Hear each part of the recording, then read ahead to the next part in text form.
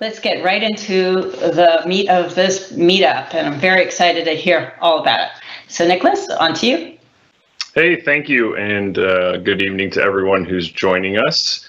So quickly, I'll just drop a blog into the chat. We did announce recently that Azure Sentinel is now GA in Azure Gov. And so you have this capability available to you. So if you haven't heard about Azure Sentinel, it's our cloud native SIM product that we've built using a couple different other products underneath, such as Azure Logic Apps, Azure Log Analytics. But it really allows you to build or deploy a cloud native SIM where you don't need any hardware or software, and you can scale starting at 1 gigabyte a day all the way up to several terabytes per day, petabytes per day. We have some large customers uploading lots of data. So here's kind of the first blade you see when you log into Azure Sentinel. And with any SIM, it all starts about getting your data in with data connectors. And so in Azure Sentinel, what we've done is create a bunch of out-of-the-box connectors. We're continuing to add to these connectors. We're working with partners to build connectors for their products. So you'll continue to see this list grow over time. But what we want to do is make this as simple as possible to connect these products. So for a lot of our cloud native solutions, you can easily hit connect. As you can see, I already have this one connected. It would ask for an authorization, and then the product would be connected. So you don't have to go do anything special or any type of configuration. Obviously, for other things like third-party appliances on-premise, like firewalls, proxies, we have a thing we call common event format, which is basically using syslog to get that data. So you would deploy a virtual machine as a collector, and we have a nice script here you can run that will install our agent, and it will configure the box ready to collect for Ceph. So we try to make this as easy as possible for you to get the data in. As you can see, we have a bunch of third parties. We've worked with some third parties like F5. They have built capability in their product to natively write data to Azure Sentinel. So we encourage vendors to do that as well. So you can see here we have Office, obviously all the Microsoft things, as well as third parties like Fortinet, Palo Alto, and some of your other big firewall proxy vendors. On the data connectors page, when you click on a connector, you can see kind of quickly the green light showing it's connected, kind of how much data you've been receiving in the last week.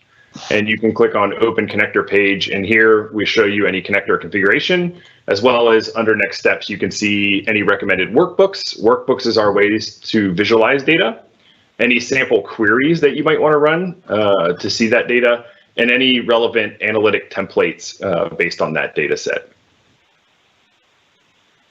But once you have data connected, it's all about creating analytic rules so that you can alert on those on that data that's coming in. And so I want to talk a little bit about the different types of rule templates that we have. So I'm going to sort this here by rule type. So first, kind of one of the powers of the cloud you get with using Azure Sentinel is we have a capability we call Fusion. And we use machine learning to look and see if two alerts are part of the same attack kill chain. So here, kind of the first one we released out of the box is we will look and see if Azure Active Directory Identity Protection has a security alert, as well as Microsoft Cloud App Security having a security alert. And if they're part of the same attack kill chain, we will fuse them together into one single incident for you. So that's some power you get of our cloud. The next type is a Microsoft Security Alert rule. Here we are just basically saying any alert that comes from Azure Security Center IoT, go ahead and generate an incident for me. You can also filter these down by severity. So maybe you only want highs or mediums and highs. You can filter out or filter in any specific alert name you want, but these will create incidents anytime you get an alert for one of those native Microsoft security products. Another type of ML that we provide for you and you can enable in your environment is one such as this. So here we took an ML model we were already using in Azure Active Directory to identify anomalous logins, and we applied it to SSH data that comes in via syslog. And so you get that same power of our ML applied to your syslog data, and now we can alert you when you have an anomalous SSH login detection. We have some more coming for this, like RDP detection and a few others in the pipeline that we're working on. And the last type of rule type that we have here is what we call a scheduled query rule. So this is your typical SIM rule where you have a query that runs every so many minutes against so much data and alerts if something is triggered inside of that query. So I'm actually going to walk you through the query rule because I think we've added some capabilities here to make it really easy, and some important notes you should know as you move down this path. So I'll just call this test rule, if I could type today. Obviously, you can add your description. You can pick any MITRE tactics that would apply to this alert rule. What severity you want it to create the incident as, low, medium, high, or informational, and then obviously enabled or disabled. Now, one of the really cool things we did is we leveraged log analytics underneath, which has a query language we call Custo query language. It's very much like SQL, but a little bit different. And we leverage their IntelliSense capability. So here I can type security event or start to type it, and you can see I've enumerated all the different data types underneath in log analytics. So if I click on this, what will happen is that query will actually run in real time, and now I can see I'm getting about 180,000 events every so often. I think this is every at 5 p.m. and then again the next day, right? So this is like a time over windows. I'm sorry, time over hours. And then as you start to filter it out, the same thing would happen. So if I want to say where process name, I'm horrible at typing today, is equal to PowerShell. Maybe I'm looking for some malicious PowerShell running in my environment. We can see here that we don't really have PowerShell running in our environment, but that's okay.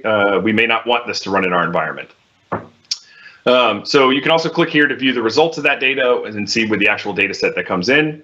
Won't spend a lot of time on that. But the next important step is to map entities. And why this is important, I will show you more in investigation. But basically what you're doing is saying what column from the returned data is the account or the host or the IP or the URL. And so you can add this to the query, or you can select this list, and we'll show you, again, we pull this in real time, all the data that was returned as part of your query. And so I know for security events that the account is user principal name. So I can go down here and select user principal name, and I could click add, and you can see it just adds a another layer to the query that says extend, which adds a field to the returned data, account custom entity equal to the user principal name. So you can type these in if you want as you get more proficient in deploying these. Next, you set how often you want to run that query over how much data you want to look back on. And so it's important to know kind of what you're looking for, because I'll take one type of attack in two different models here. So a brute force attack, you may want to run that query every 5 minutes to see if I have a failure against my account over 10 times, right? And that's somebody brute forcing my account, trying a bunch of different passwords. But if the attacker is going low and slow and they're trying one password per day over 14 days, then you may want to look for, run the query every day, and you can change this to days. And I want to look back over the last 14 days of data. And now I can see that I'm looking back on a longer period of time, and I'm only running that once a day, because you probably want to look at different windows. And then you can set your alert threshold. What I think is really cool about this, if I want to say anytime it goes greater than 1, you can see here this red line is your threshold. The blue line is the return of your security query. And so anytime the blue line crosses the red line, it would generate an alert. So let's see if I can get this to do something else. Where event ID is equal to 4688, which is process execution. And I knew I was going to type it ID wrong. Come on, there we go. So here we can see we've had a lot of process execution over the last 14 days in our environment. But if I was going to say this is anytime this crosses 200,000, you can see that the red line's here. And now that it's gone over every time this query runs, which is once a day, it's going to report an incident, right? As long as that value is over 2,000 or 200,000. So we'll just set this back. You can also do suppression, so you can suppress the alert if it happens multiple times. So if you had a chart that was looking like this, maybe you want to suppress it for a few days after the incident creates. We've also added a new preview here on incident settings. So by default, we create an incident, which is where you go and investigate these security alerts when they happen. But you can also disable this. So maybe you just want to generate a security alert in the security alerts table, and then have a different rule that's looking for multiple security alerts and correlating those together. So this allows you to do security alert correlation across those. You can also group them. So we can, instead of creating one every time, you can say, go ahead and group this if it's based on the same entities, or if it's part of, triggered by all alerts, grouping all alerts triggered by this rule into a single incident. So instead of getting 10 incidents, you would get one grouped with all the returned results. And then next, you can run an Azure Logic App playbook. So you can do automated response. And this could be something simple like post a message in Teams or open a ServiceNow ticket, or it could even be more complex where you can reduce the workload on your SOC by automating responses. So for example, we have some playbooks here, and if we have time, I'll show you one where you can send an email to the user. Maybe there's an impossible travel. You ask their manager, hey, are they actually traveling to this country? And the manager has two buttons. One says yes, one says no. And if they say no, then maybe you disable the account. If they say yes, you close the ticket and mark the incident closed. So you can automate your responses, your security responses to some of these without having to have the SOC investigate those. So I'm not going to save this, but we'll go back here to analytics, and you can see we have a bunch in here. We have some scheduled queries that are using our TI data or threat intelligence data that's been brought in from various methods. You can bring in threat intelligence from Styx Taxi. You can also use the Microsoft Security Graph to push in threat intelligence data. But once you have an analytic rule and you're generating incidents in your environment, you'll come to this blade where you can actually look at those incidents. And so you can see we have quite a few DDoS attacks going on in our environment coming from Azure Security Center. You can see which ones are created by Azure Sentinel from your rules versus those native products. And so here we can take this use of malicious URL. And here we can quickly just kind of glance at and see what's the severity, what's the status. If someone's assigned, you can drop this down and assign anyone in your Azure Active Directory. You can see the tactic, if anybody adds any tags, as well as if you click on evidence, it will actually return the query results that generated this alert. And then you can see the entities. Remember, I talked about mapping entities. You can see there was 10 IP addresses involved and one URL. You can also add comments. If you click View Full Details, it will take you to the Details blade, and here you can see the actual security alert from the underlying table. I can also manually run a playbook here, so maybe I want to go enrich this incident with data, so maybe I want to look up those IPs against a GeoIP database. And so like we have one I created that gets the IP reputation from buyer's total. And so it writes that data back to the comments of the thing, so you could run that to enrich it. And then, more importantly, when you want to investigate this, you click the Investigate button. And here you can see this use of malicious URLs. We can see the IP addresses, we can see the URL. And we've built this investigation dashboard to kind of change the way SOC analysts respond or investigate to incidents. The way I've done it in the past is you open your SIEM product, you see an alert, you open a new tab, you run a query to say, hey, show me the account that was involved in this, and then show me other things that were going on with that, or show me other events that were on the machine. And so you're asking all these questions, but you're opening tabs and it's a whole bunch of lists of data. And so what we've done is give you the ability to come in here and start to ask those questions. And so you can see we quickly, in real time, ran a query underneath and pulled back the number of results that are related alerts. But if I actually click this, we will build that out, and we can see here that there's about 143 of these. So we have this running in our environment quite frequently. Same thing here. I could say, are there any other related alerts for this IP address? It's going to run that query and let me know if there's any, as well as if I click it, it will graph it out.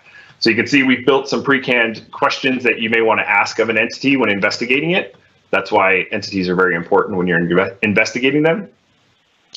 You can also click on any of the items in your graph here and click on info. So here we can see the details of that alert.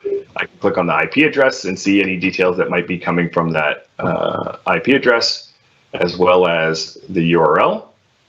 And one of the other powers of the cloud, and my screenshot's not going to load. Maybe. Nope. Bummer.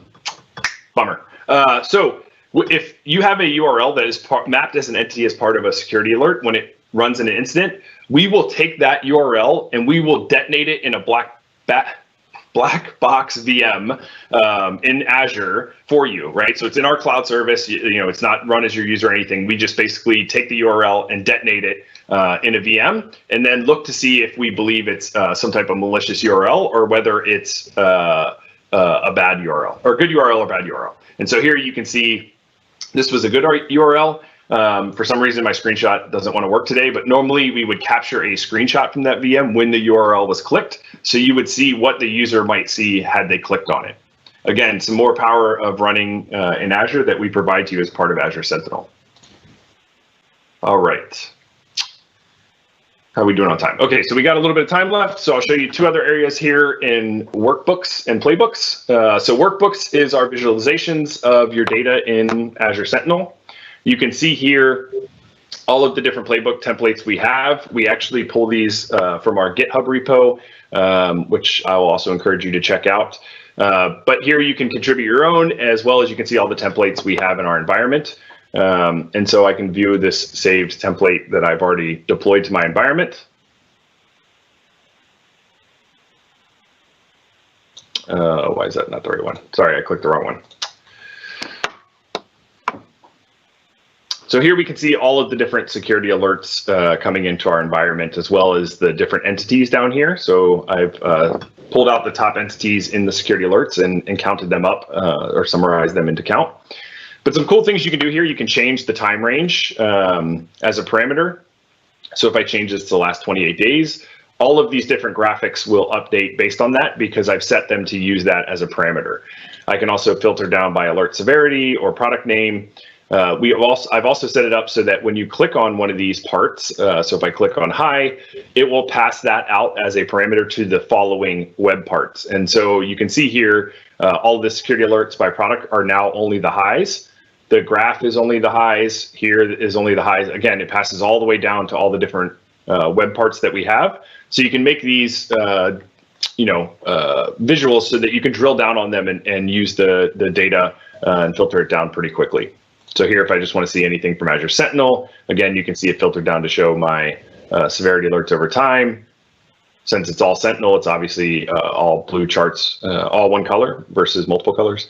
And then here we can see the different entities that came from Azure Sentinel alerts, and then kind of a summary by type. So you can see we have a lot more IP addresses than accounts or URLs in our environment.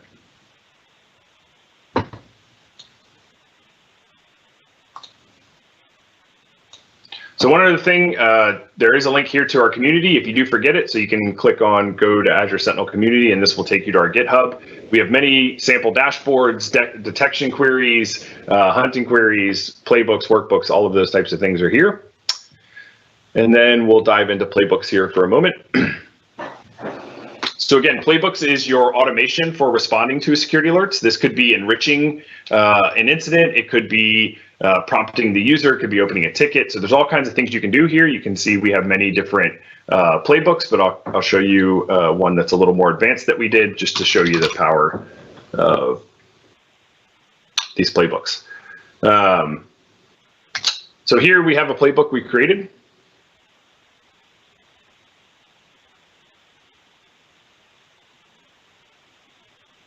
So a couple things about Logic App. You can view it in this design view where it's very easy to add steps. You can search all of our native connectors.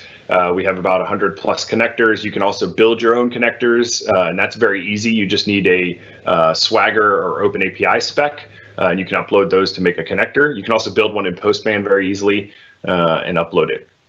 You can also see them in a code view. So if you have developers that want to write them this way, this is called workflow definition language, but they can write them there. I much prefer this graphical way. But you can see here when a Sentinel alert is triggered, we are opening a ticket in ServiceNow.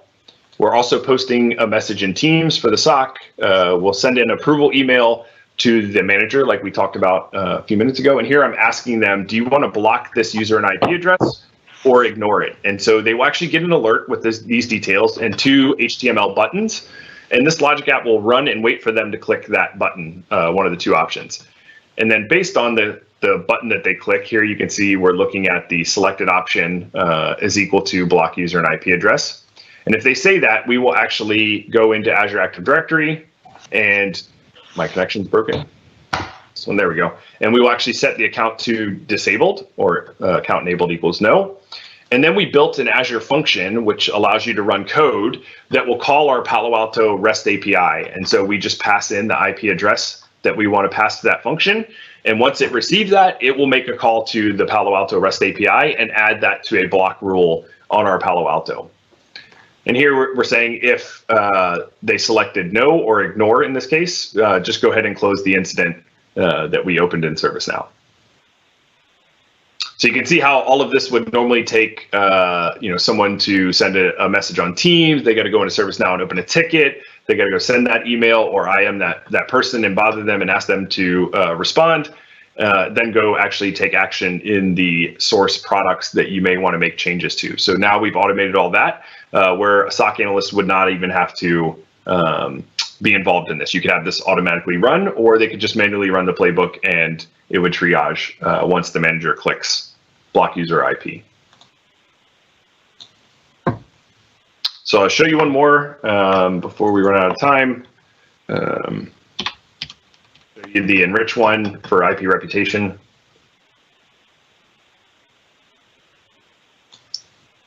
So here's another sample you may want to run manually versus automatically. Here, I'm basically saying when the alert is triggered, this is storing my API key. I get the incident, I get the IP address that is part of the incident, and you can see here we're using that entities property. In Logic Apps, every action has inputs and outputs, and those outputs become dynamic properties. And so you can see here we have all these different various dynamic properties we can use through the various steps. And then I'm saying for each IP address, go ahead and go to VirusTotal using their URL, my API key, which I stored in a variable up here, and then the IP address dynamic content. Parse that data out. And we make this very easy too, because you can go here and say, here's the sample JSON. So I just went to VirusTotal's API, saw what their output was, pasted it in here, and we build a schema for you. So you don't have to build a schema from scratch. It's very easy. And then I look at the actual, because I'm parsing this JSON, all of these properties become dynamic properties. And you can see here, let me just click, I'll add one real quick. So you can see all of my dynamic properties that are returned from that parse JSON. So the response code, the schema, the type, etc. And so I'm using response code to see if it's a 1 or a 0, because that's what VirusTotal returns. 1 means it was found, 0 means it was not found in their database. And so if it's a 0, I basically just write a comment to the incident saying that VirusTotal did not find any information for that IP address. So for each IP address, it would add a comment. Here, I say if it is found, I want to take that data that's returned and write it into log analytics in a custom log name. So I'm writing that data in very easily. And then here I'm also adding a comment saying it was found, and here's the query you can go run to see that data in log analytics. So then the analyst would see that as a comment. They could take the query very, very easily and go query and get the results of that VirusTotal response. So I will try to answer some questions, and we'll jump back since we have a couple minutes left. We're also sharing a link to some training we put out so that you can learn Azure Sentinel on your own. So feel free to go to this blog and start going through the training yourself. But I will try to answer some questions in the chat window now.